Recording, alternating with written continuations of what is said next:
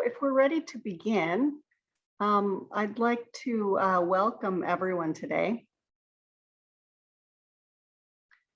Today's seminar is the second in a series of 3 panels that the Abbasi program will convene with the goal of helping our community to process and to a greater degree understand more about the recent events in Palestine. So as many of you probably already know, the Abbasi program is a central forum here at Stanford University for the study of Muslim societies. I'm the current director of the program and also a professor in the Department of Political Science. I want to begin today with 2 acknowledgements of gratitude. The first is an acknowledgement that Stanford sits on the ancestral land of the Ohlone tribe. And we at the Abbasi program are very grateful to have use of this land as it continues to be of great importance to the Ohlone people. And for those of you who are interested in learning more about this acknowledgement of gratitude, we encourage you to visit the website of the Stanford Native American Cultural Center so you can read more about this. The second is an acknowledgement of gratitude for the staff and faculty affiliates of the Abbasi program who were instrumental in putting together today's programming, most especially Lalita Duperon, Colin Hamill, and Alexander Key. So it's my great privilege to bring to the staff, faculty, and students at Stanford today 2 authors of very, very important recent books focused on Palestinian society. Dana El-Kurd will be an assistant professor at the University of Richmond in the Department of Political Science beginning this fall. And Sophia Stamatopoulou-Robbins is an assistant professor of anthropology at Bard College. And the books that they have written are not just vital and outstanding pieces of work on Palestine, but also important pieces of research within their respective fields of study.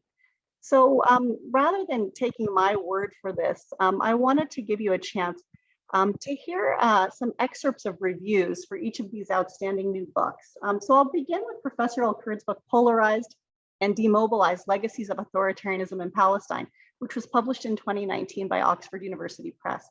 And one reviewer writes, Polarized and Demobilized provides such a sophisticated account that any sort of summary or short review would fail to do it justice. Not only is it one of the most astute empirical analyses of authoritarianism in the region, but it is also an invaluable contribution to international political theory on authoritarianism, post-colonialism, and the social spaces in which the 2 intersect. Over and above, it is a truly enjoyable read, one of the few academic works that combines theoretical sophistication with a smooth, seamless, and beautifully articulated narrative. And I completely agree with the characterization of this reviewer. It's a very important piece of work that really helps us to understand the role of the United States in supporting forms of authoritarianism in Palestine and the implications that this has for Palestinian society. Professor Stamatopoulou-Robbins has received similarly amazing accolades for her book, Waste Siege: The Life of Infrastructure in Palestine, published in 2019 by Stanford University Press. According to one reviewer, Waste Siege is an original and innovative account of living with the inundation of debris and toxicity in Palestine, taking the reader on a journey through landfills and rubbish markets, encounters with bags of bread left hanging on the sides of dumpsters, and the movement of sewage across political barriers. Sophia Stamatopoulou-Robbins brilliantly excavates the ambient politics of waste and waste management. And you know, as suggested by this reviewer, it is really a compelling account. I was absolutely riveted by your chapter on bread waste in Palestine. I learned so much from reading your project. So it's really exciting for us to bring these scholars to the Stanford community. And today for our format, we're going to have each of our speakers provide us with about 15 minutes of discussion about their research, and as well as how their research relates to events going on in recent days. And then we're going to let the reviewers, we'll let the respondents talk to each other and have a conversation about their work and how the works might relate. And then we'll open up our conversation to the broader Stanford community. And so we're accepting questions in the Q&A box that you'll see at the bottom of your Zoom screen, as well as questions that were submitted in advance at the time of registration. So we're going to begin with Professor El-Kurd, and we're very excited to hear more about your research, Dana. Thank you so much for that kind introduction, Dr. Blades. So I will just very quickly share my screen here. I thought some visuals might help. Can everybody see that? Yes, we can. Okay, great. Sorry, I'm just trying to start it up. All right. No matter how much you do this, you can still fumble at the beginning. Okay, so thank you again for that introduction. In my research, one of the main focuses of my book is Palestinian mobilization, and I look at how social cohesion in Palestinian society has changed over time as a result of Israeli and Palestinian Authority policies, and how that impacts where we see mobilization, what types of mobilization we're seeing, and the effectiveness of these mobilizations over time. So I'm going to give at the beginning just kind of a brief background of the case in case some of you didn't attend the first panel last week. And then I'll present some findings of my book and relate the implications of those findings on the latest wave of protests, the Unity Intifada, and what that represents. Excuse me. So again, just a very quick historical background. From 1967 to 1994, Israel occupied the West Bank and Gaza Strip and had direct control of those territories without any sort of intermediary. And this is aside from the Palestinian communities that they gained control over, kind of the remnants of the Palestinian communities that they gained control over in 1948. So they kind of completed the occupation of the land from the river to the sea at this point.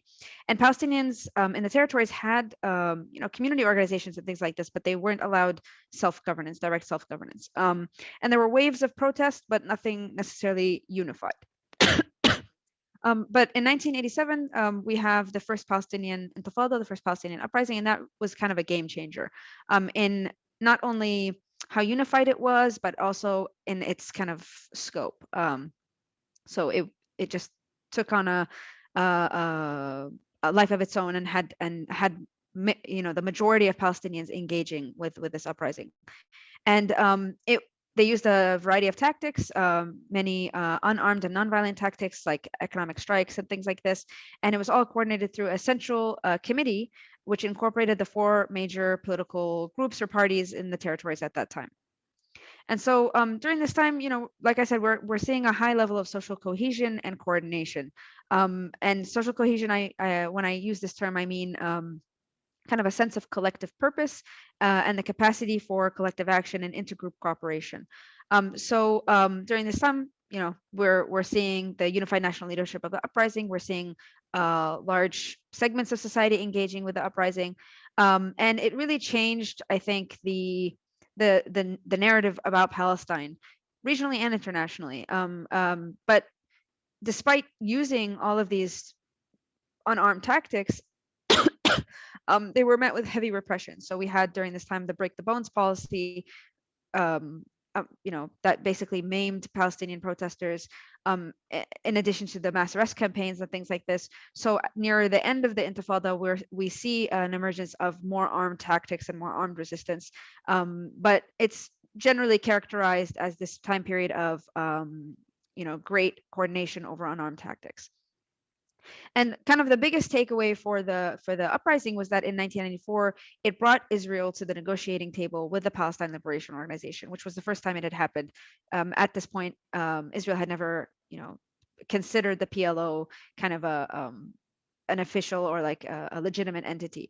And so from those negotiations, we have the Oslo Accords, which created this entity called the Palestinian Authority, and it was intended to be this kind of self-governing apparatus to build the state that was eventually going to be given to Palestinians in 1999. And they were given varying degrees of control over the territories, and we'll discuss more about what that looks like. And then Yasser Arafat, who was the chairman of the PLO at the time, won, and also the head of Fatah, the political party, won presidential elections and became the president of the Palestinian Authority.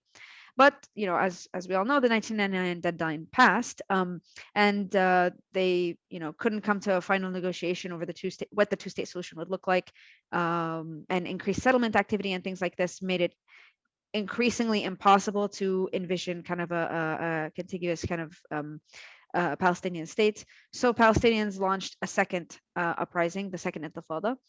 And this one was characterized with use of more armed tactics, also these suicide bombings and things like this, and it was much less coordinated. We didn't have a unified national leadership of the uprising, and it didn't necessarily achieve some of the political gains of the first Intifada.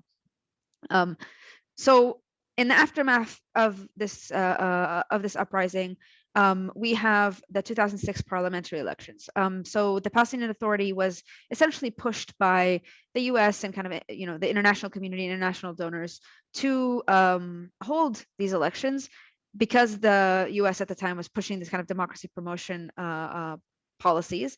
And even though members of Fatah, the ruling party, kind of sounded the alarm that they didn't think that they could win, they were still pushed to holding these elections, and in fact, they didn't win. And the Islamist party Hamas wins the plurality in the parliament. So they weren't really allowed to take control of the government despite winning a free and fair election. The United States and the international community sanctions the Palestinians at this time for this vote, and pushes the outgoing Palestinian Authority government, the Fatah, to take action against the Islamist party and push them out of office, essentially. And the kind of infighting and the conflict that happened then resulted in Hamas retaining control of the Gaza Strip and Fatah retaining control of the Palestinian Authority and the West Bank. And we have two separate governance, schemes essentially in both territories at this point. So since that time, since 2007, I kind of consider this the period of the consolidation of the Palestinian Authority, in the sense that basically Israel and the international community kind of push the Palestinian Authority to becoming fully a subcontractor of occupation. They're kind of carrying out Israeli policies to keep Palestinians acquiescent, and it's they're increasingly relying on these authoritarian strategies. And I talk more about what this entails in the book, but just to kind of give a brief summary of that. They're using co-optation mechanisms and strategies where they're demobilizing grassroots organizations. They're acting as the major employer for a lot of Palestinians in the West Bank, but also repressive strategies by expanding their security apparatus, increasing their coordination with the Israeli occupation, using more repressive strategies like torture and arrests, and increased limitations on academic and media freedom. And at the same time of all this, we're seeing Palestinians becoming more and more divided. We're seeing this in polls and things like this. The Palestinian public is more and more divided, and also less mobilized. So they're not protesting. They're not challenging the Israeli occupation in the same ways that they once were. So what this essentially breaks down to is that there are different political authorities that control Palestinians across this territory we call Israel-Palestine. This is a map of the West Bank where about approximately 3 million Palestinians live. And as you can see, it's quite geographically fragmented. So today, most Palestinians, 55% of them live in Area A, which is the yellow, kind of the lined yellow in the map, which is about 18% of the territory. And then 41% of Palestinians live in Area B, which is the green on the map, and that's 20% of the territory. And then approximately 1% of Palestinians live in Area C, which is the beige on the map, and that's 62% of the territory. So the Palestinian Authority is allowed to kind of function in Area A. They're allowed to function a little bit less in Area B, and they're not allowed at all a presence or any kind of presence in Area C at all. So the beige areas are completely off limits to them, as well as Jerusalem. But Israeli incursions and Israeli kind of control happens across all three areas. So there's this fragmentation, not only geographically between different communities in the West Bank. So like there are checkpoints between cities and things like this, but there's also a fragmentation in kind of people's relationship to the state authority. So Palestinians in the West Bank have to deal with kind of layers of control. They have to deal with the Palestinian Authority in some cases to differing degrees, as well as the Israeli occupation. And then in the Gaza Strip, about 2 million Palestinians completely blockaded since the time after the elections, and not geographically connected to any other Palestinian communities. Like they don't have access to the West Bank. They don't have access to any of that. And so, a lot of their attempts to resist Israeli occupation have relied on armed tactics, as we saw in the latest wave, and in other ways they're really quite limited. Like, even when they had these great protests 2 years ago, that it didn't really accomplish much, in the sense that they weren't directly addressing the Israeli authorities, because they're behind these walls, they're behind this blockade. And then in the areas that were conquered by Israel in 1948, we do have also approximately 2 million Palestinians in these Palestinian communities, and these Palestinians hold Israeli citizenship, so they have more rights and definitely more freedom of movement than the Palestinians in the West Bank and Gaza, but they're discriminated against legally. They're seen as second-class citizens, and they're quite underserved. So that's kind of their condition there. And then finally, in East Jerusalem, we have 370,000 Palestinians that have kind of an impermanent residence. So they're not allowed to have Israeli citizenship, and they're also not allowed to hold Palestinian citizenship. They have to hold this Israeli residence, this Palestinian ID card, essentially. They have no control over the political process that kind of governs them, because they don't vote in the Israeli system. They're technically represented by the PA, but the PA is not allowed to function in the city. And they're kind of the most direct recipients of Israel's, displacement policies and apartheid policies, because their relationship to the state is kind of unencumbered by this PA proxy. And they aren't Israeli citizens either, so they don't necessarily have a way to kind of enter into the system or try to make change that way. Basically, some of the questions that I asked in my book is, what explains Palestinian demobilization? Is it just this geographic fragmentation, or is it something more? And what is the impact of the Palestinian Authority on this dynamic particularly? And then, what do protest patterns look like today? Are we seeing that where Palestinians live, most Palestinians live, the majority of them live in the West Bank? Is that where we're seeing the most, political mobilization or not? And so in the book, I focus on the impact of the Palestinian Authority in particular, and I argue that by pushing the Palestinian Authority in a kind of a particular direction, into kind of becoming an indigenous authoritarian regime, the Israeli occupation was not only able to repress Palestinians, but to kind of fundamentally alter social cohesion and significantly damage the ability of Palestinians to coordinate across party lines and mobilize and face shared challenges. And I argue that this kind of repression causes the polarization we're seeing today, because it breeds insularity within groups and grievances between them, making it, again, more difficult for groups to coordinate with each other. Because when repression is used selectively, it's targeting certain groups over others and kind of privileging certain groups over others. It becomes where you can't really trust those outside your group. Like, if you're going to face repression for the activities that you're undertaking, it becomes difficult to coordinate with others, especially if you see them as kind of benefiting from the status quo. And in the book, I look at the dynamics between Fatah and Hamas and the Islamist parties, because and I talk about how Islamist parties became more and more repressed over time, and they became more insular. And even though often shared objectives, in facing the occupation, they don't necessarily coordinate with other groups. And then the reason that grievances emerge between groups is, because these authoritarian strategies are breeding in-group and out-group dynamics, groups build resentments towards those they see that are kind of within the PA's fold or doing the PA's bidding. And in the book, I looked at specifically kind of how the Islamist parties and other opposition groups kind of view each other as well. But I think this argument kind of applies broadly to Palestinians living under different citizenship schemes. And this has been attempted in the past as well to kind of, divide and conquer a little bit. To kind of prove this argument, I used a multi-method approach in the book. And I do have these slides, so if anybody has questions specifically about the ins and outs of this, I'm more than happy to share. But I thought, instead of getting into the weeds about the methodologies, I could give you a summary of the results, and we can discuss more if people are interested. And all of this was specifically in the West Bank. So I used first lab and field experiments where I got students from different political backgrounds and tested how willing they were to work with each other around common goals. Given certain conditions. So basically, I was testing how people made decisions and what impacted those decisions to kind of get evidence for how the Palestinian Authority's polarizing effect was playing out at the individual level.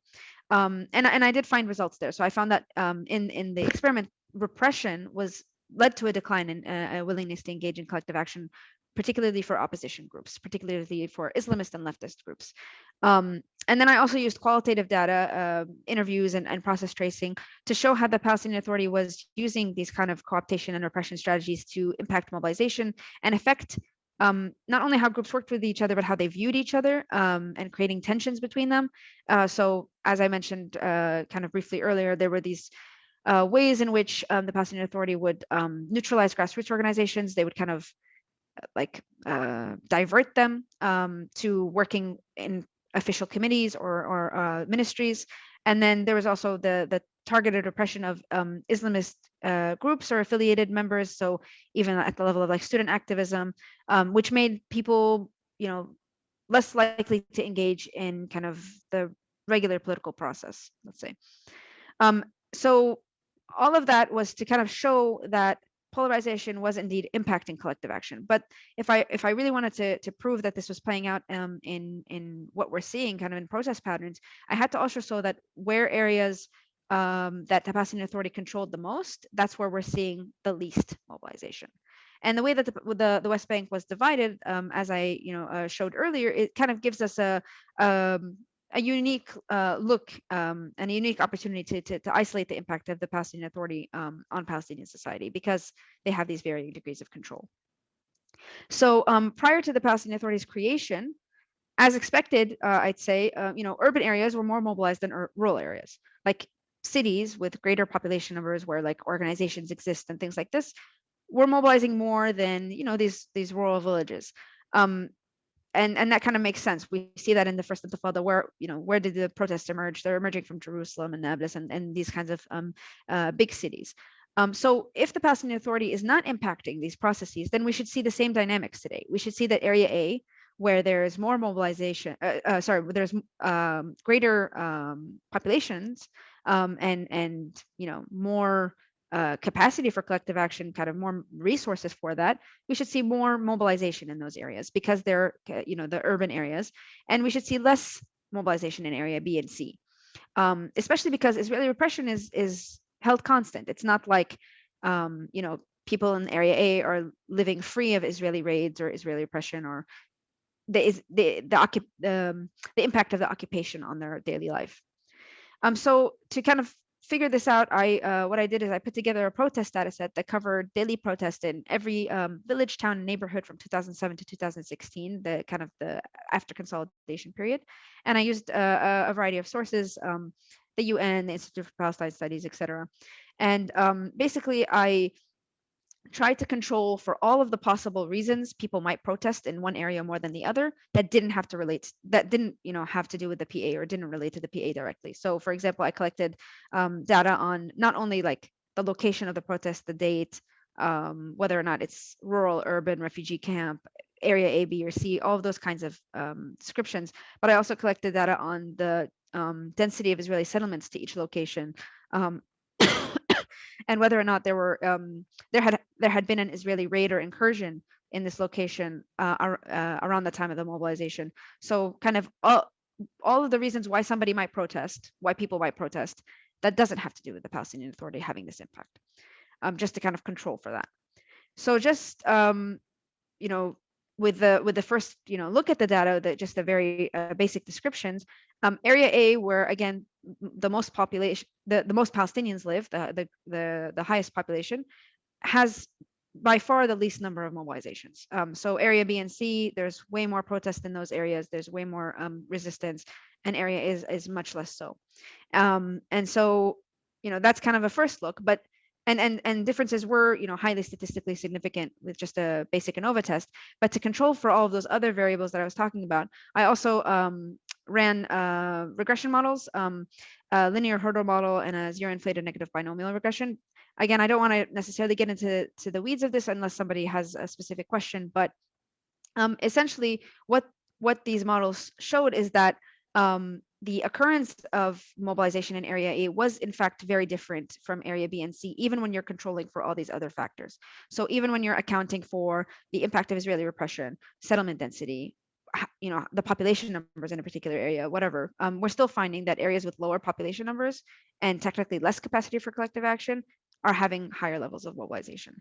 And this is not to say that like those factors like Israeli raids or settlement densities aren't also impacting mobilization. They are having an impact on mobilization. They do generate some level of mobilization in this model. But even when accounting for them, it's not, it's not taking away from the significance of the Palestinian Authority's control and that variable. So that can't be the full story. That areas with, let's say more friction are mobilizing, that's not really what's happening here. So basically using this data, I tried to, show that in fact, where the Palestinian Authority is controlling the most, where they're having the most impact on society and how people coordinate, these are the areas that are in fact least mobilized.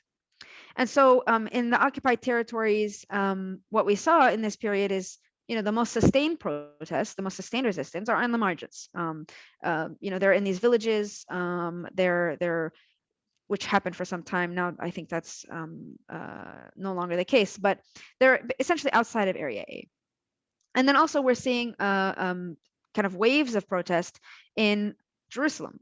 So again, Jerusalem is completely outside the Palestinian Authority's control, but we're seeing protests emerge there as well. And they, effectively challenge the Israeli state in kind of a short-term way. So one example is the after the murder of the Palestinian child Mohammad Abukhdeir in 2014, there were protests and riots and things like this that effectively closed down the city. They even destroyed parts of the light rail system that connected the different Israeli settlements together to make it less to make it more difficult for Israeli forces to repress them and things like this. So, short term, it's not like ending the occupation, but we do see levels of protest here that can be quite effective.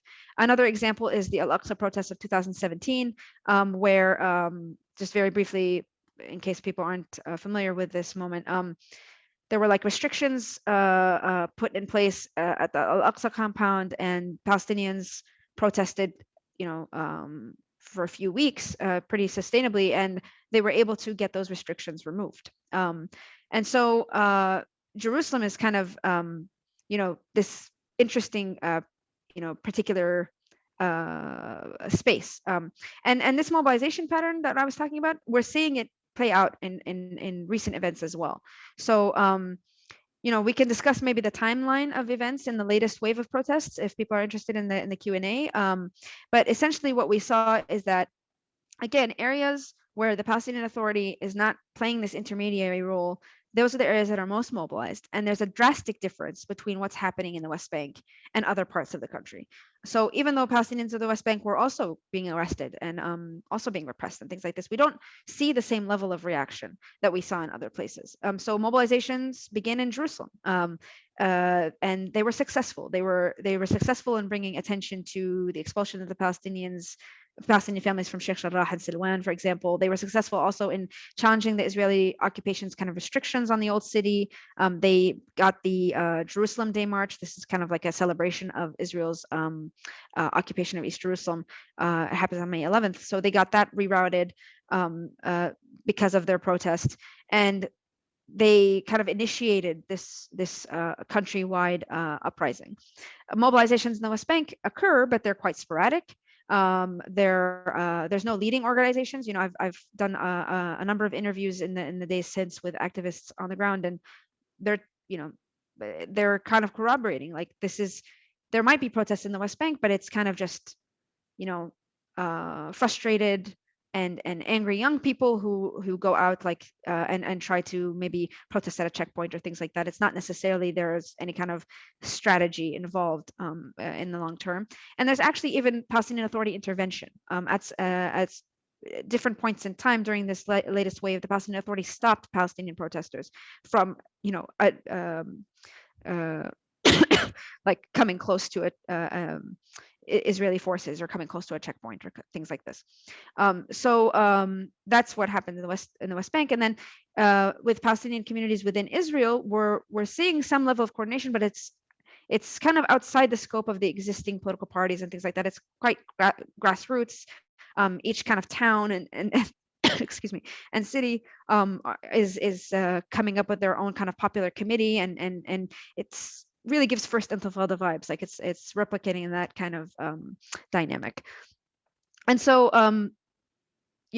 that's what we saw this time, and because of the learning of previous protest movements, particularly within Jerusalem, activists have been able to kind of incorporate new people with each passing wave. And this time around, for example, they used new forms of like digital activism to get widespread participation from Palestinians on the ground, as well as to coordinate with Palestinian communities across these different territories, like within and outside, like Israel proper.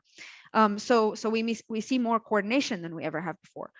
So the picture on the left is this particular moment in the latest wave where Palestinian citizens of Israel were on buses en route to Jerusalem. They were stopped for no given reason. They're not allowed to enter into Jerusalem. So they got out of the buses, and then Palestinians from Jerusalem drove on the other side, stopped their cars, and started ferrying people to the city. And so that level of coordination between the two different communities, like that I think is interesting and not necessarily unprecedented, but unprecedented at this level. And then we also on the picture on the right is a picture of Jerusalem during the May 18th economic strike. This was called for by a number of different groups and activists, and it was really, really well adhered to across both Palestinian communities within, Israel proper, as well as in the territories. So there was an economic strike that basically shut down the country that day. So we do see more coordination. Now, I can't say how sustainable that coordination is going to be. I don't know how long it's going to last, weeks, years, whatever, but especially because there's a great deal of repression happening to try to stop this level of coordination. So we're seeing, mass arrest campaigns. We're seeing these lynch mobs that are, supported by the Israeli authorities. But it's an iterative process. With every moment, kind of builds on another one. And so the learning that's happening this time around, this level of coordination, can't be unlearned. So even if it maybe ends in a few weeks or months, or it becomes not as relevant, it's definitely going to set the stage for the coming kind of resistance. So kind of to conclude, the Palestinian Authority continues to have an impact on mobilization and plays its role as a subcontractor of occupation, and its impact on social cohesion, particularly in the West Bank and Gaza to some degree, given that the blockade is emerging from this dynamic, can't be undone in just the last few weeks. But the Palestinian Authority is definitely becoming more irrelevant to Palestinians, to the Palestinian public. And what we're seeing also is that these margins are a space for opportunity to challenge the Israeli state. So whether it's area B and C, or whether it's Jerusalem, there is political learning that's happening here that can be capitalized on. And in one of my interviews that I conducted with an activist in Jerusalem, she kind of put it really well, is that we've reached a new level. We can't regress from here. And so this really is kind of a turning point in the study of Palestinian mobilization, but in kind of the Palestinian struggle generally. So yeah, that's all I have for today. And thank you so much for listening. And I look forward to the questions and feedback. Thank you so much, Dana. That is incredibly helpful for all of us, not only to understand the context, but then to also think about how to apply your particular research to the current moment. Sophia, we're very excited to learn more about your work as well. And so about 15 minutes to present your work. Yes, thank you so much, everyone, for being here and for that generous introduction. So I'll just get right to it. In December 2020, the Stockbridge-Munsee Band of Mohican Indians approved the following text of a land acknowledgement for Bard College, where I teach, for use by the college community. In the spirit of truth and equity, it is with gratitude and humility that we acknowledge that we are gathered on the sacred homelands of the Munsee and Mohicannock people, who are the original stewards of this land. Today, due to forced removal, the community resides in Northeast Wisconsin and is known as the Stockbridge-Munsee community.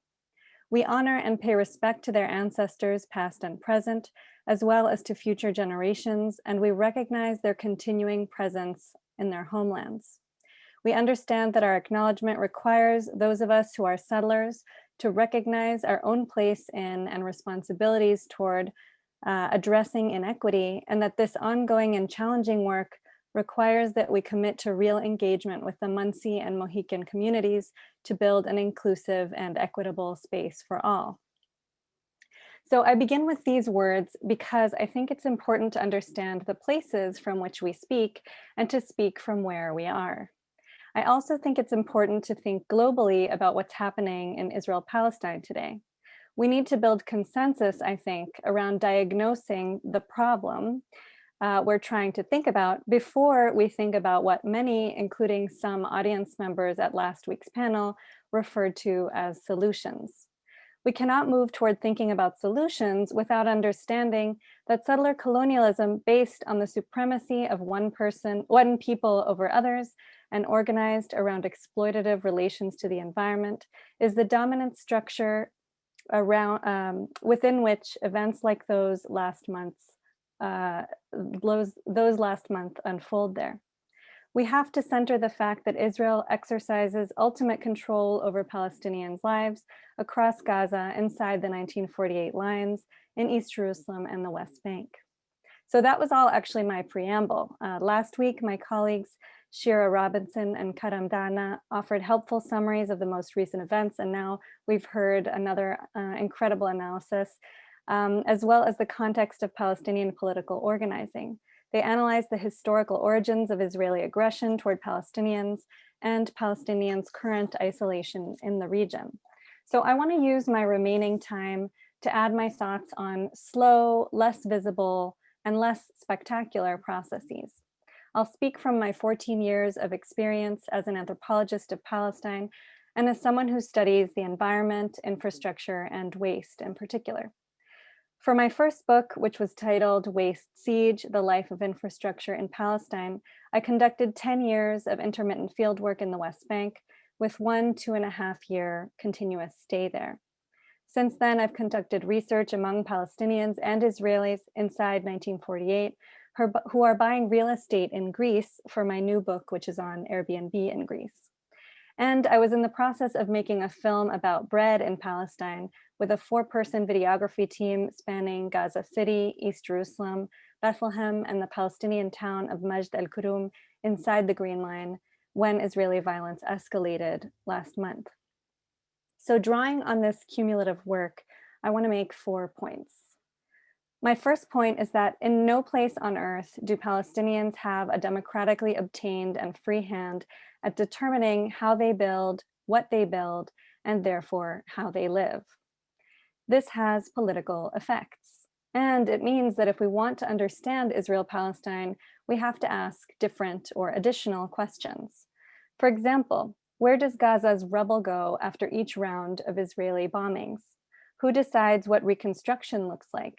Do we think all people should have the ability to affect the quality of the air and water with which they live? So my second point is about the fact that settler colonialism takes material form and has material consequences. I think that this is a time to focus on the consequences rather than on the technologies that cause them. Settler colonial states use infrastructures and the broader material environment to foster certain qualities of life and certain futures, and to foreclose others. Along with building infrastructures to obstruct Palestinian movement, economic and political life, and here I'm thinking of checkpoints and the wall, Israel destroys or prohibits construction of Palestinian infrastructures. Today, the state does this in different ways on different territories at different times. So in East Jerusalem, it demolishes homes by bulldozer. In the West Bank, it rejects PA permit applications for sewage line construction. Inside 48, it prohibits Palestinian real estate ownership. In Gaza, it bombs hospitals and apartment buildings. In all cases, the eliminatory logic of settler colonialism informs what infrastructures are built, are prohibited, are destroyed, and for whom.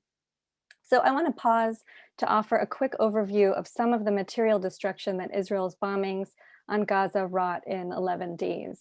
I want to add this list to our file in our mind, because the horror of the number of people killed and injured sometimes allow us to overlook some of these additional numbers that are really important. So 1,800 structures were totally demolished and became unfit for housing. 14,315 structures were partially destroyed. 74 government facilities were destroyed. 93 Israeli strikes damaged water and sanitation facilities. Gaza's only COVID-19 testing lab was damaged and temporarily shut down for several days following an Israeli attack that hit a nearby building. 18 healthcare facilities sustained damage. 1 NGO hospital is closed due to a fuel shortage, and 53 educational facilities have been damaged. So I think it's pretty simple. Destroying Palestinian infrastructures destroys Palestinian futures, or in any case, derails them. That Israel supports the infrastructures that support Jewish Israeli life does the opposite. It facilitates Jewish Israeli life and futures.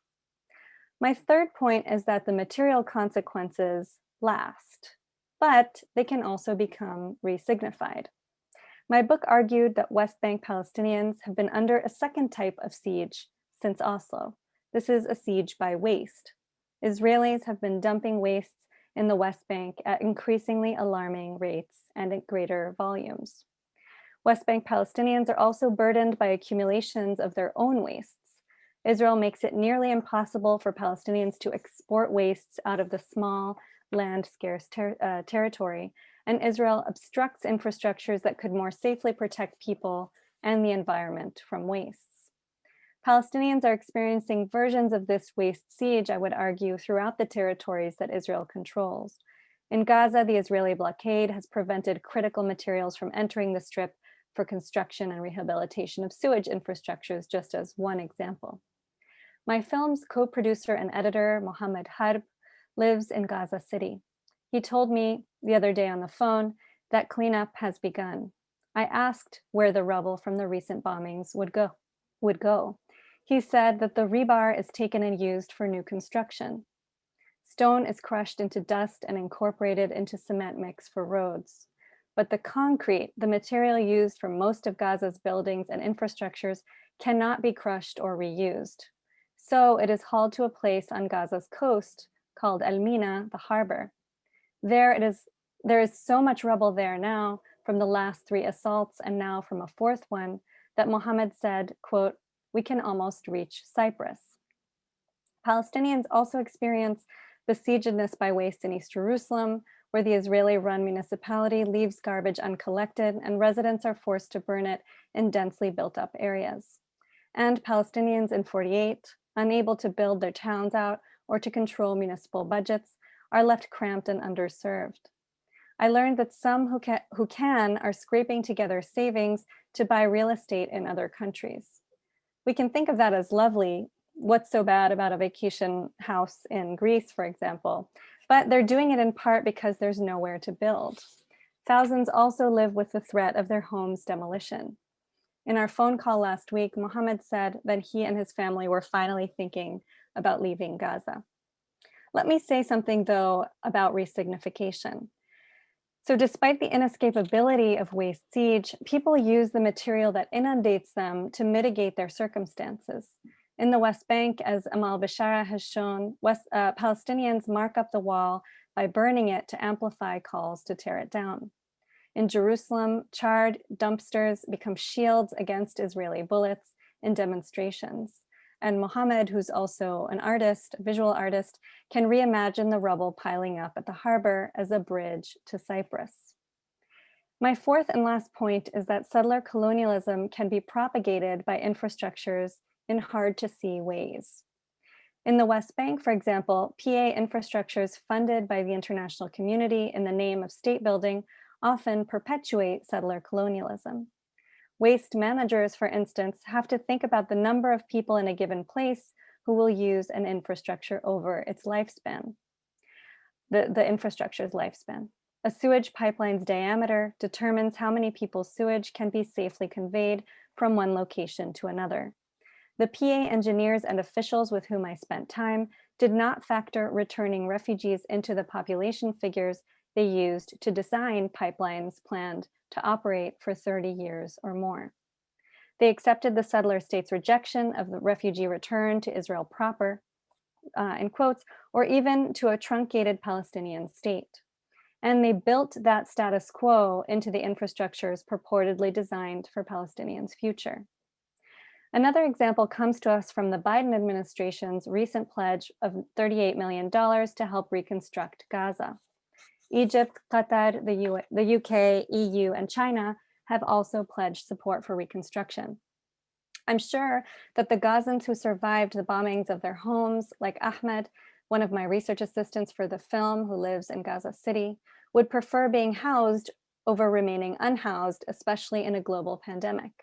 But the US administration's pledge, on which I'll focus my last remarks, since we find ourselves taxpayers in this country, is problematic in several ways. First, this is not a plan to help Palestinians fight their structural problem, settler colonialism.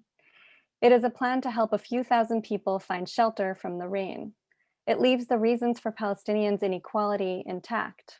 So I asked Mohammad last Thursday if life had returned to any semblance of normality. His response was to ask me, "You mean life was normal before?" He was reminding me that even before Israel's 2007 siege on Gaza, Gaza was what it might be helpful for us to think of as a large reservation.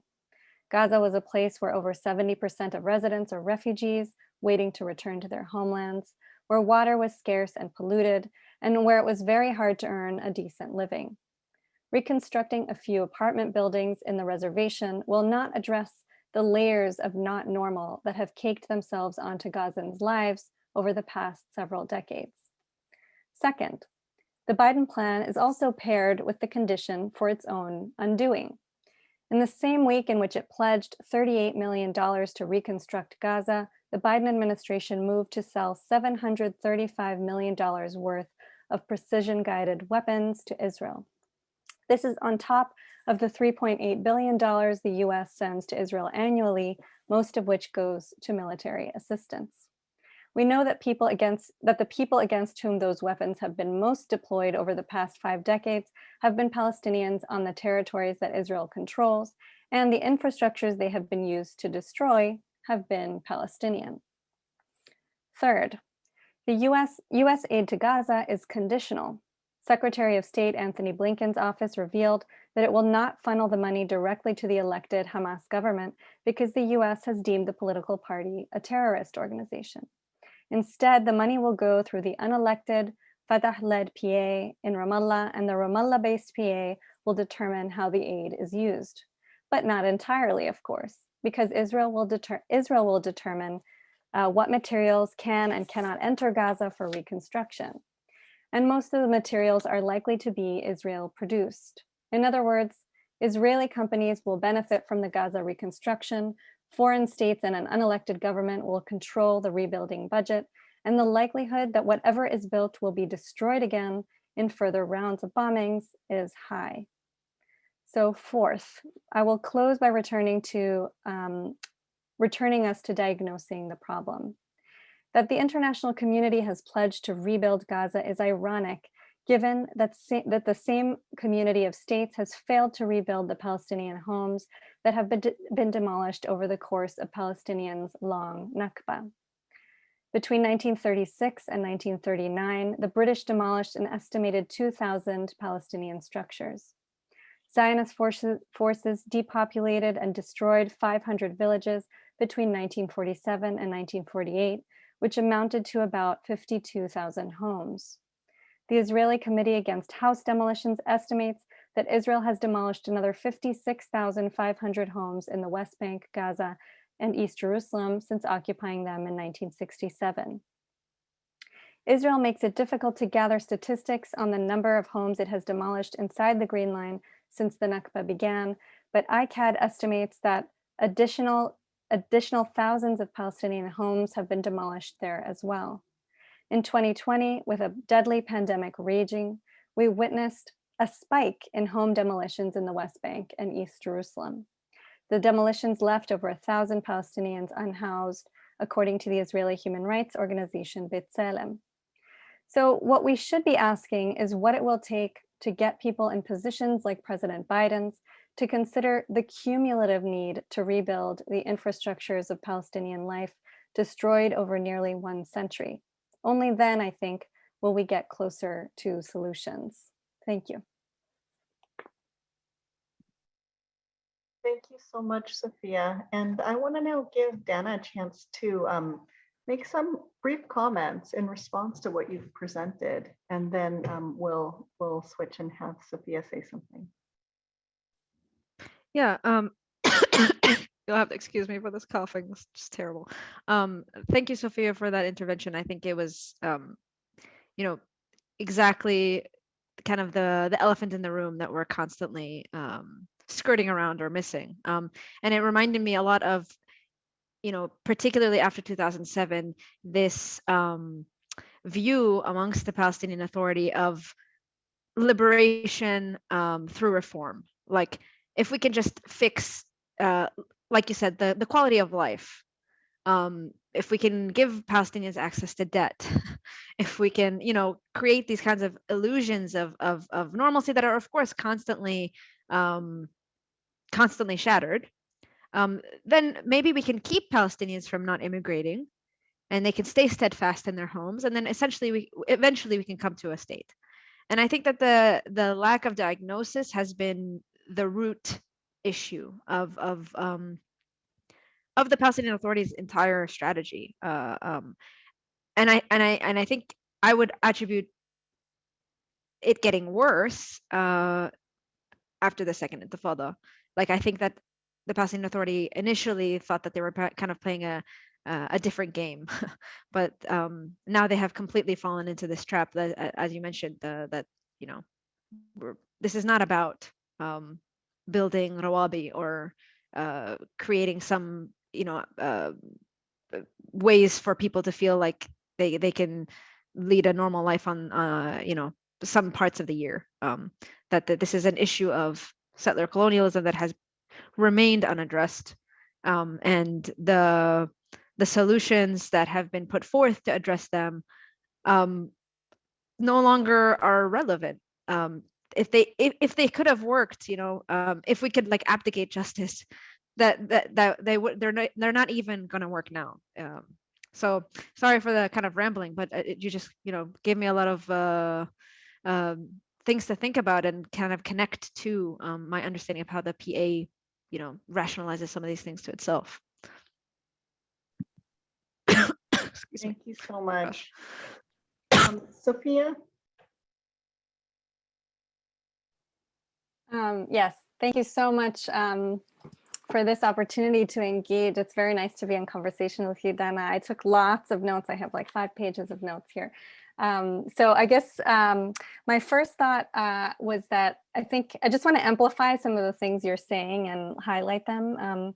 One of them was that you were really looking at Israeli and PA policies at the same time. It's something I also do in my book. And it's something I wonder, it might be sort of our generation maybe of scholars who are calling attention kind of simultaneously to Israel and the PA. And I just think it's really important for anyone who's trying to understand kind of political life across the territories that the PA is both a subcontractor, as you said, but it's also having kind of more sinister or complex effects on political consciousness, so that even though it's like most people you talk to would probably agree that the PA colludes in some way with Israel. My experience of the West Bank and governance, because that really I was focusing a lot on the experience of governance by the PA, but in the context of the slower, less politicized waste management world. My experience was that people actually nevertheless felt that they were governed by a separate thing called the PA, and that they had a kind of state-like experience. And that was, I guess I would add that to your repression analysis, that I think repression, I can imagine, of course, it plays a huge role, and as you've shown very compellingly, plays a huge role in dividing people, or making people maybe hesitant to cooperate with each other. But I also found that kind of that sense that Israel is kind of like in the background because because the PA is in the foreground on matters of everyday governance, and not so much with things like electricity and water, where people make a direct connection to Israel controlling those things, but in other ways, I would say, even in rural areas. And actually that was what really struck me, that like in a village, the village of Shukba, which is outside of Ramallah, where I did some research, even there where it's sort of area B is 8% of the village and then the rest is area C, there was really a sense that the only people they would, the village would seek help from a lot of things were the PA. Those are also the people they held accountable for things that went wrong for them. And I think that's it's really interesting because it confuses essentially. And there's a way in which the PA's existence and quieter forms of collusion, or, everyday forms of government are, I think, contributing to this sense of, apathy or governedness, people repeatedly said things like, now we have order. This was in the same exact period, the consolidation period you're talking about. People would use the words law and order. They would talk about the occupation in the past tense, while looking, at Beit Il out the window. So I think that's just really important. I just want to amplify your attention to the PA, and I'm glad that we're doing that. People in our generation are doing that a lot. I guess the second point I want to make is that I want to appreciate the way that you gave us an overview of the whole territory, despite the fact that your research was on the West Bank. And I guess what I'm having a kind of learning moment myself this spring, because my research was also very much focused on the West Bank. And I think a lot of us kind of succumb essentially to Israel's fragmentation of the territory and the kind of difficult mobilities. Like even for a person like myself, I have a foreign passport and I can move around, but I still did all my research in one place. And so I end up being afraid to speak about Palestine as a whole, or Palestinian experiences as a whole. And that kind of reproduces the fragmentation and like distracts essentially from this broader phenomenon I'm calling settler colonialism, where, there's one thing happening, but if I tell you all the micro details of the occupation in the West Bank, it seems like that's very, very different from the bombings in Gaza and from the experiences of northern 48, for example. So I just want to amplify, kind of echo that I think we're both responding to also kind of a popular call to attention this spring to bring together analysis of the whole territory in one, which is of course coming organically out of Palestinians' voices on the ground. But I think it's a wake-up call for me as a researcher, to think like, I need to be paying attention across the boundaries that Israel is setting. So that's another thing I wanted to amplify. And let me just see. Maybe that's all I'll say for now. But I just want to say I'm very glad that you're thinking about the question of demobilization. And I guess maybe I'll just go back to the point I made about people feeling governed, that, I wonder how we can sort of connect analyses of something like fear and repression. I'm thinking about Lisa Wedeen's work on Syria, how we can think about repression alongside people's everyday experiences of their materialities. And I'm thinking specifically about, the debt economy and debt-based economy that arose with Oslo, and the way that that actually encouraged certain kinds of consumption that I would argue did make life a little bit normal, or, normal in the sense that life looked more global. I'm thinking about the way that people had access to certain types of goods, even if it wasn't the brands, because the brands couldn't get there. There was a sense in which I could consume easily disposable goods, in fact, and that makes me that much more connected to the global economy, and therefore, able to buy the new sneakers for my kid and kind of forget for a second, politics, which gets to be sort of separated out from that. And I think that was an explicit PA strategy, frankly, to make life kind of the materiality of everyday life almost like a narcotic, almost like something that would allow people to sort of be lulled, in the Rawabi, kind of, for those who mostly can't go to Rawabi, you can kind of buy it and take it home in the form of like new sneakers, that are imported. So I would just add that to your really great analysis. Yeah. Thank you both so much. I have so many questions, and our audience has submitted in advance a number of questions.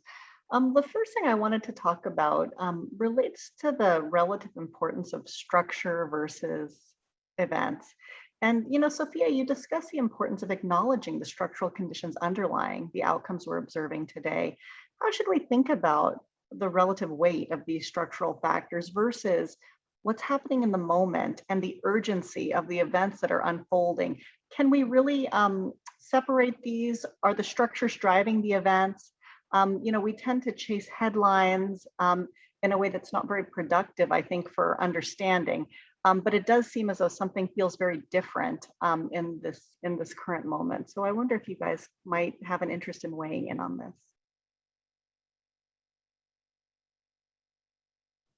I'm going to go anthropological on this, I think, to say that, it's a great question, and it's really, it's spot on, in capturing that tension that I think I'm inhabiting right now, which is like the 11 days were very eventful, and the days before that were eventful too, and yet I'm kind of insisting on thinking in terms of these kind of, large structures. And I've often hesitated actually to say, for example, that that something like an ism, like settler colonialism, is sort of embedded in materiality in some easy way. I don't think that's true. But I guess the thing I was going to say that's anthropological is that I think event is not a kind of a given category from my perspective in Palestine. That there's a way in which people are so inundated by eventfulness that it ceases to be eventful in the same way that it would be eventful for me for Kingston, New York to be bombed. I don't want to call it cyclical, but I do want to say that people's senses, I think, of time and history and kind of what counts as a bigger moment, a moment that's larger than the day of protest. I think that's a very interesting question, and it's kind of an empirical question that must be asked as things roll. So one of the related points I'll make is that when I noticed, Dana, in your slides that you had the second Intifada, 2000 to 2005. And I remember I first went to Palestine in 2004, and it was very clear that we were in the middle of the second Intifada. And then I went again in 2007, and people weren't clear about whether we were still in it or not. And then by 2009, when I went back, they said that Intifada had ended in 2006. So there was that way in which people are kind of periodizing and trying to kind of apprehend, collect together events and call them a bigger thing, and relate them to structure in certain moments. And, so this is a very general point to make in response to your really generative question, Lisa, but I think, I guess I would say there's kind of my reading of structure versus event, which tries to slow us down and help us think a century long, and then there's the way that people who experience these processes experience eventfulness. And I think that it's an open question, you know. I think, for example, for Mohammad, my videographer partner, you know, the fact that the bombing has ended leaves him feeling that the more bombing is coming. So it's like the event bleeds out beyond itself, exceeds itself. And that's one thing that's made possible in a place like Gaza by the perpetual presence of rubble, for example, that you can't get rid of. So the event is there with you, you know, so it becomes structure. Maybe that's too wild a statement to make. No, I think that's very helpful. Dana. Yeah, I just wanted to say, kind of to pick up on some of the points Sophia made, is that I think this kind of both a sense that events are never ending and it's constant, like, you know, like grinding assaults. In addition to when these kind of moments happen, like a real excitement and like need to attribute, like, or like to name these kinds of moments as like this is a moment, this is a turning point, this is, I mean, I fall into it too. I think that sometimes explains some of the burnout, I'd say, of you know, because I focus on, you know, activists and mobilization. Like I see it in their own conversations, because like you said, like there isn't necessarily this long-term view when they're living their daily lives. The same people who today are saying, you know, this is unprecedented, this is going to, you know, end the occupation, because they call it a Unity Intifada and they want to like make it you know, a moment, which is, you know, understandable. In 2017, when Jerusalem had the protests, they said the same thing. You know, they said, you know, this must be it. This is the moment. And so a lot of like some of the engagements I've been doing, whether it's, you know, public engagement through like writing or some of these events, or, you know, is to try to put boundaries on this kind of concept. Like, yes, this is a moment, but don't burn out. There are these larger structures, and you know, you might have to see this moment through another time, if you know what I mean. I'm not being as eloquent as I want to be this late at night, but if that kind of makes sense, is like, I think that people on the ground are maybe less cognizant of like, they make more out of an event necessarily than sometimes is warranted, let's say.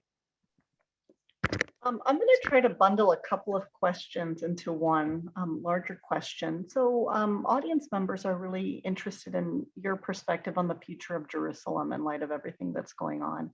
And to what extent do you think that this is going to be influenced by a potential new government in Israel? How do you think the decreasing relevance of the PA is going to influence the future of Jerusalem?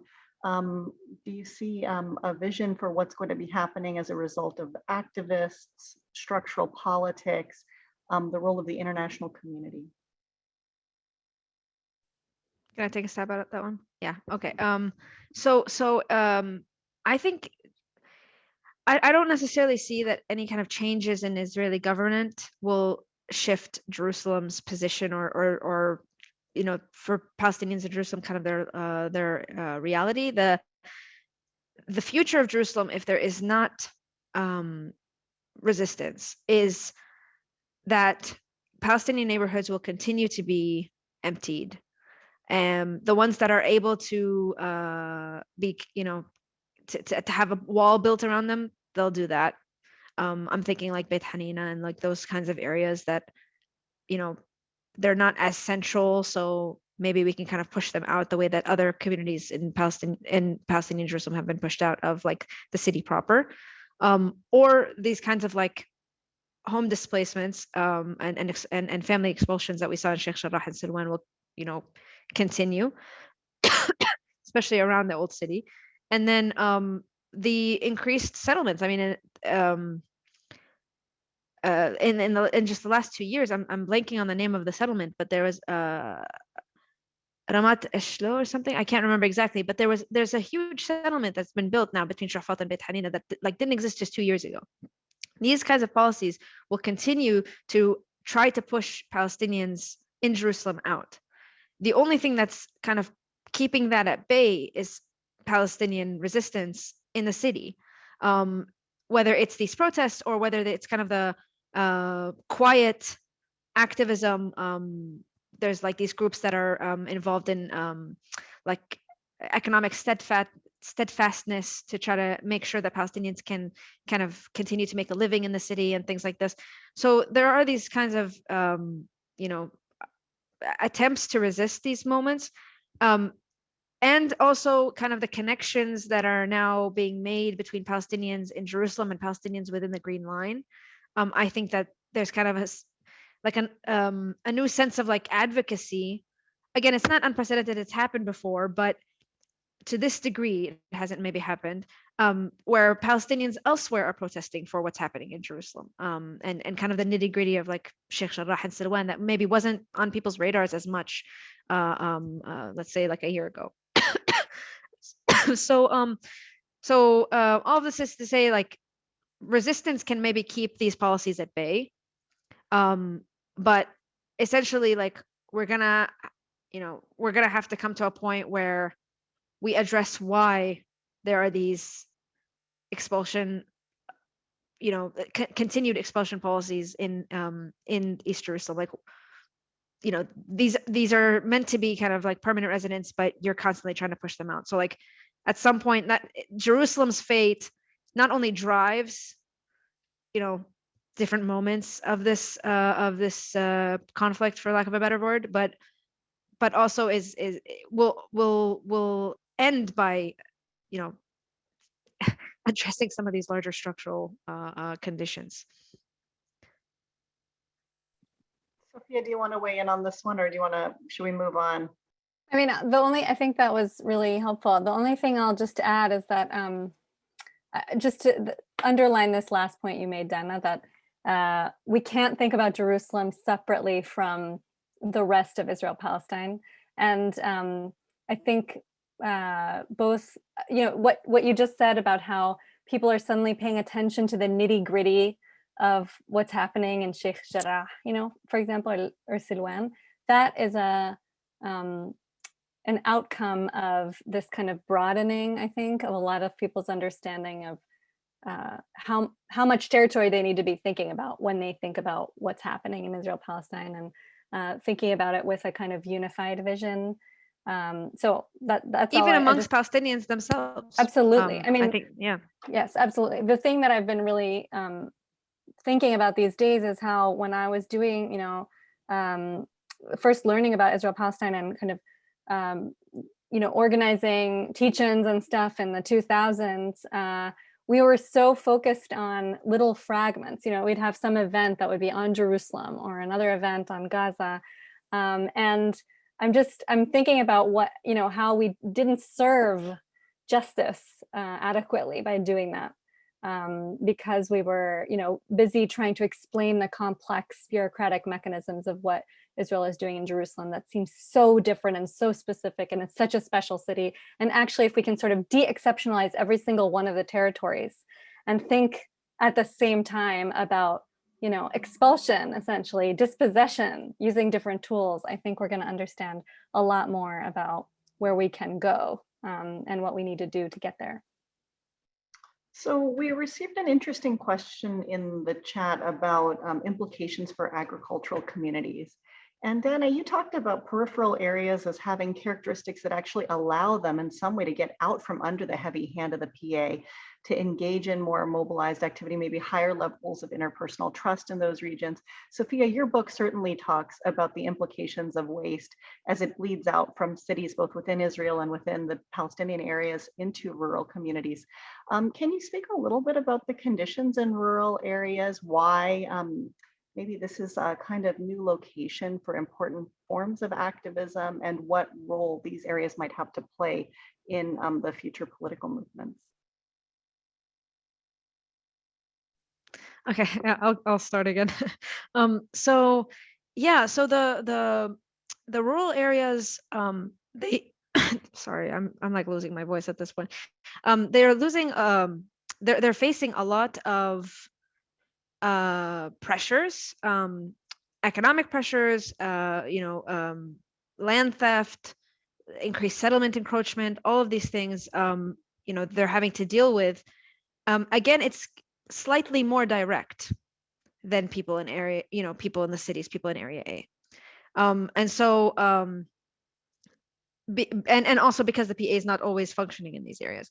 So we saw like, for the past, like, let's say 10 years, I don't know, like I can't really give you a range, but there are these like village protest movements in Nil'een and Bil'een and Nabi Saleh, and like whether it's to protest the settlement next door or to protest the wall or to, something like this. And like you said, it had to do with the fact that they're smaller communities. They can kind of, like you saw in a single community, different types of, political backgrounds working because there's this shared objective. Now, I think that those kinds of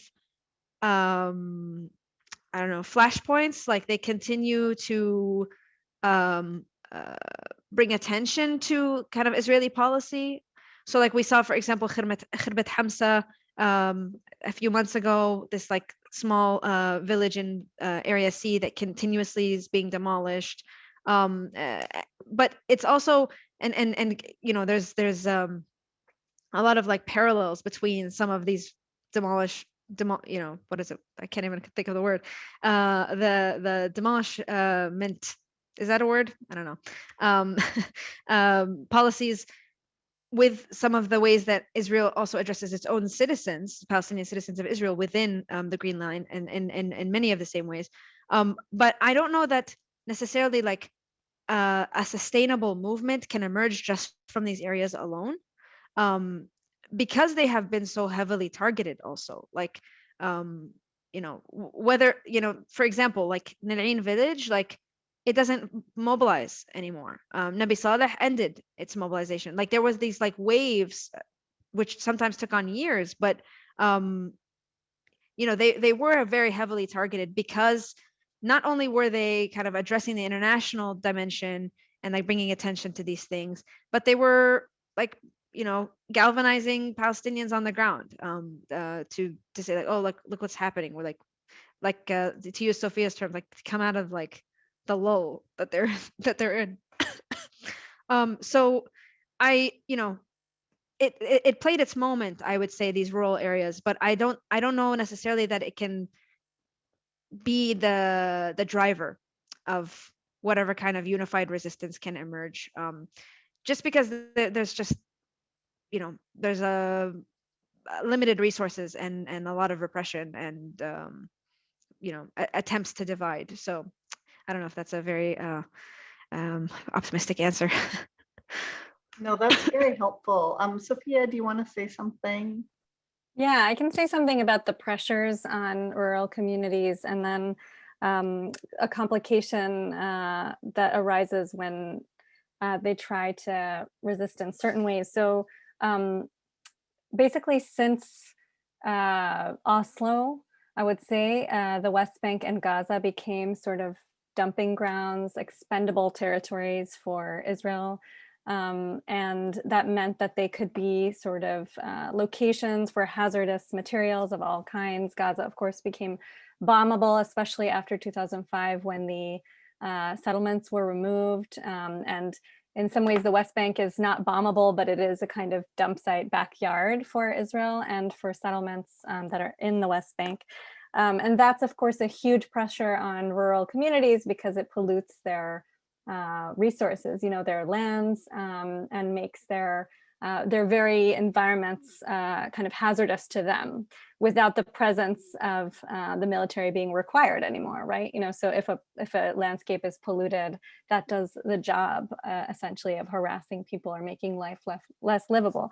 The thing that I think is interesting and something for us to be aware of here in this country where environmentalism has a certain purchase is that there's a kind of slippery terrain I observed around environmental politics in Israel-Palestine, because there are really powerful voices and powerfully positioned people in the environmentalist movement who are also settlers in the West Bank, who have connections, of course, across the Green Line in Israel.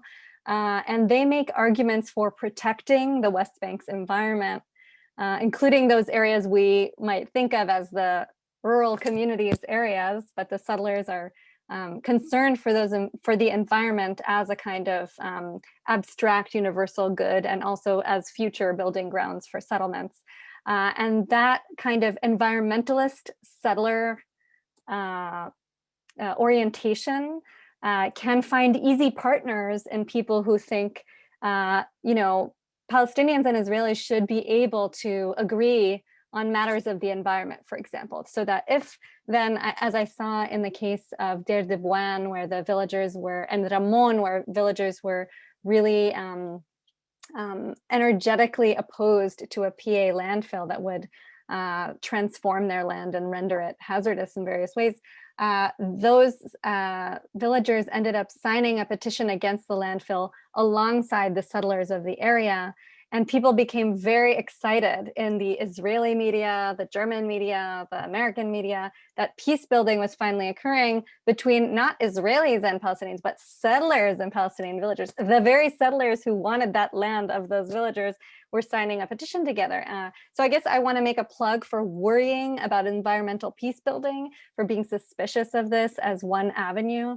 And I say that at the same time knowing that Palestinians who in certain NGOs, for example, like I'm thinking of Arij in Bethlehem, make arguments about protection of what they call the Palestinian environment, have a harder time gaining purchase because it seems anathema to environmentalism to call an environment by a national name, to say we need to protect the Palestinian environment. But that's, in a way, it's the only way for Palestinians to kind of connect to this international currency of environmentalism, and to maintain a kind of integrity and disconnect their calls, their claims from the potential for a settler kind of agreement that would end up, with them losing their land. So I'm essentially trying to say rural communities are struggling, I would say right now, to also articulate the right kind of environmentalism to gain solidarity on that register. Thank you both so much for that. I had a question that came from one of our faculty affiliates, Anna Bigelow, in the Religious Studies Department. And she was interested in learning more about how Gazans are able to navigate and deal with these different cycles associated with building, rebuilding. How do you deal with the physical, emotional toll associated with this, the material conditions associated with having this uncertainty around partial rebuilding, demolition, and how has the mobilization around kind of quote unquote cleaning up Gaza, has it impacted people's sense of belonging, people's affinity to governance structures, or even their willingness to coordinate with international NGOs or other actors?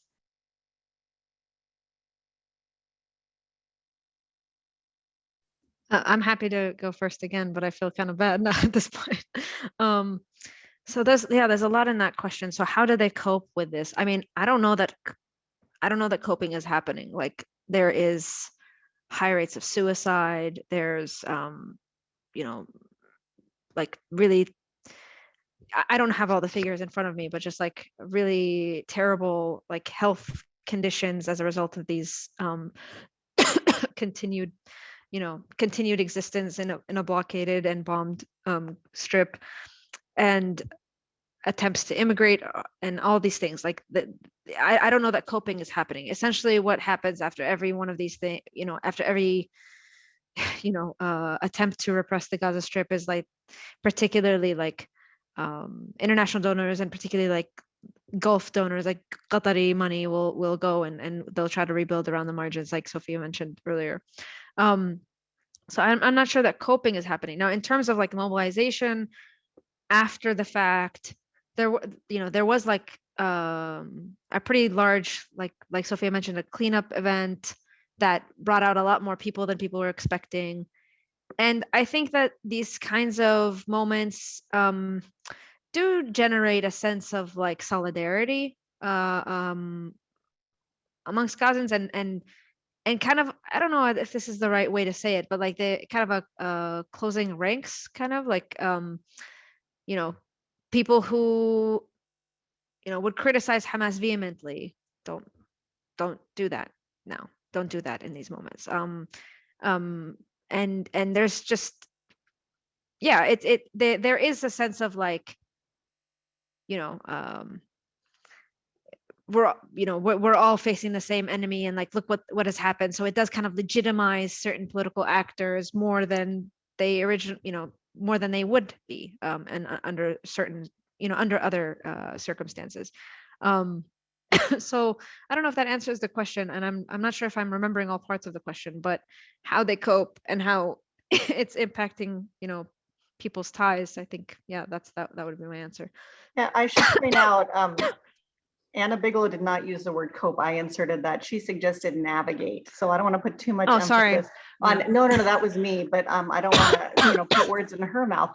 As coping, implies a kind of ability to get by. And clearly what you guys are describing is people sort of surviving basically unlivable conditions, whether they're related to political repression, a toxic lived environment, or the continued precarity and uncertainty associated with these military incursions. So, just struggle in every way. Sophia, do you want to jump in on this? Yeah, I mean, I'm feeling the fact that I did all my research in the West Bank, and don't feel really qualified to talk about people's subjectivities in Gaza, which is why I gave kind of the numbers that I could get access to.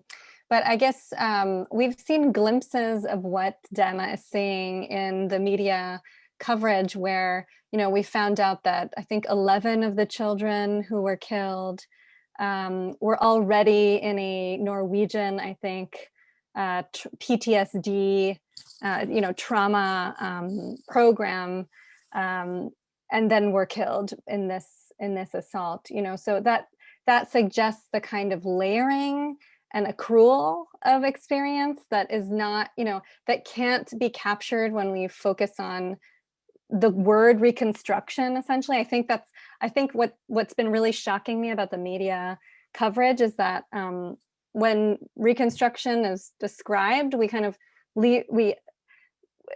it's described as a kind of, rising from the ashes that begins us again, and I think the point about the rubble that I made is that it has an echo in the human experience that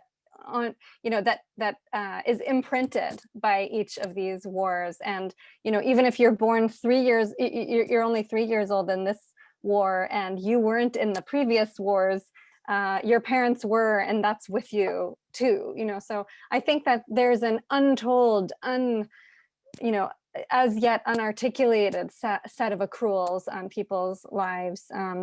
And I guess this thing that Mohammad said that really struck me, which is that, like, during the fact that during the bombings, people were just huddled in their homes hoping their building wasn't bombed, that feeling of potential exposure continued after the ceasefire.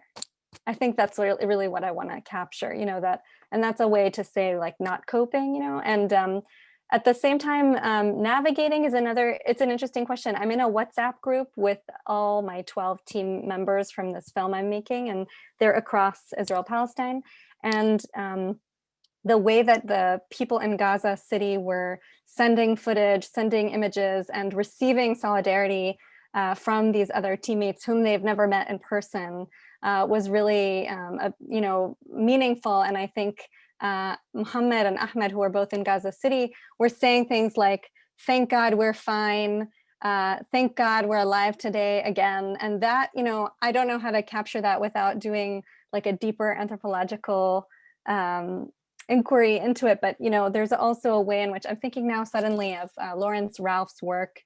He has his book Renegade Dreams has this idea that out of injury comes a certain kind of fervor and energy to live. And that's also present, or like a duty to also kind of overcome that is like experienced at the very same time as that set of accruals and exhaustion is something I would think is present for a lot of people. But Mohammad also said he wants to leave because to go back to your event and structure point, for him this is all a structure that has events in it, but it's sort of, there's an inevitability to those events because of structure, and that's something to.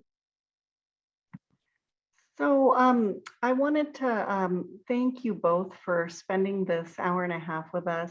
It is an incredible privilege to have people with the expertise that you both enjoy, bringing that to our campus community and helping us to try to understand more.